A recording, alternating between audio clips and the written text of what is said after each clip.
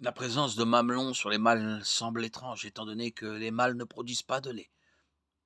S'agit-il d'organes vestigiaux, des vestiges de l'évolution, des exemples de mauvaise conception? En fait, il y a deux bonnes raisons pour lesquelles les hommes ont des mamelons. L'une est liée à la stimulation sexuelle, l'autre à la simple efficacité.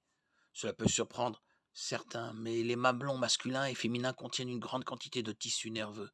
Les mamelons masculins et féminins sont donc tous deux très sensibles au toucher. Le sein féminin ne se contente pas de produire du lait, il joue un rôle important dans le plaisir sexuel de la femme. Mais le mamelon masculin possède autant de terminaisons nerveuses que le mamelon féminin et est tout aussi sensible à la stimulation manuelle. L'une des raisons pour lesquelles les hommes ont des mamelons est donc le plaisir sexuel. Dieu a conçu le corps masculin pour qu'il réponde agréablement au toucher dans certaines zones, et le mamelon est l'une de ces zones. L'autre raison pour laquelle les hommes ont des mamelons est l'efficacité de la conception. Le même principe qui explique les caractéristiques inutilisées de nombreux automobiles modernes explique la conception similaire des seins masculins et féminins.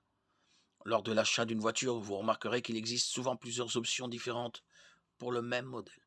Plus le prix est élevé, plus les caractéristiques sont nombreuses. Celles-ci consistent généralement à ajouter des boutons ou des cadrans au tableau de bord. Les modèles de base dépourvus de fonctions avancées n'ont pas besoin de ces boutons et cadrans supplémentaires. Il serait donc compréhensible que les modèles de base soient construits sans les trous supplémentaires inutilisés dans le tableau de bord.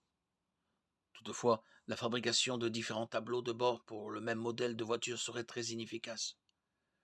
Fabriquer 2, 3 ou 50 tableaux de bord différents pour répondre à toutes les combinaisons possibles de caractéristiques nécessiterait 2, 3 ou 50 flux de production différents. Au lieu de multiplier la taille et les coûts de production des tableaux de bord, il est plus efficace de concevoir simplement un tableau de bord qui peut accueillir toutes les caractéristiques possibles.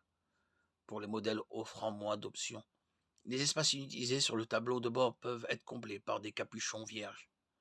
D'un point de vue biologique, c'est la raison pour laquelle les hommes ont des mamelons, même s'ils ne produisent pas naturellement de lait. Dieu a conçu les deux sexes avec une caractéristique dont seul l'un d'eux a besoin pour produire du lait.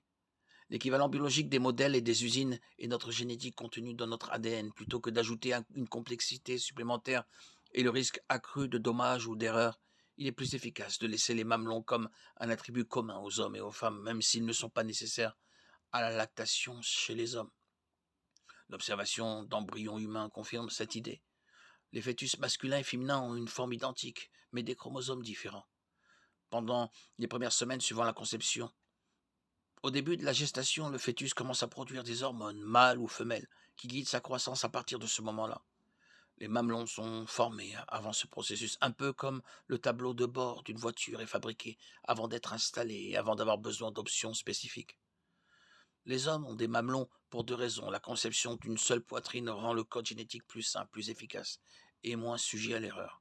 Et les mamelons sont une aide au plaisir sexuel. La conception du corps humain par Dieu est d'une sagesse qui dépasse l'imagination. Psaume 139, 14.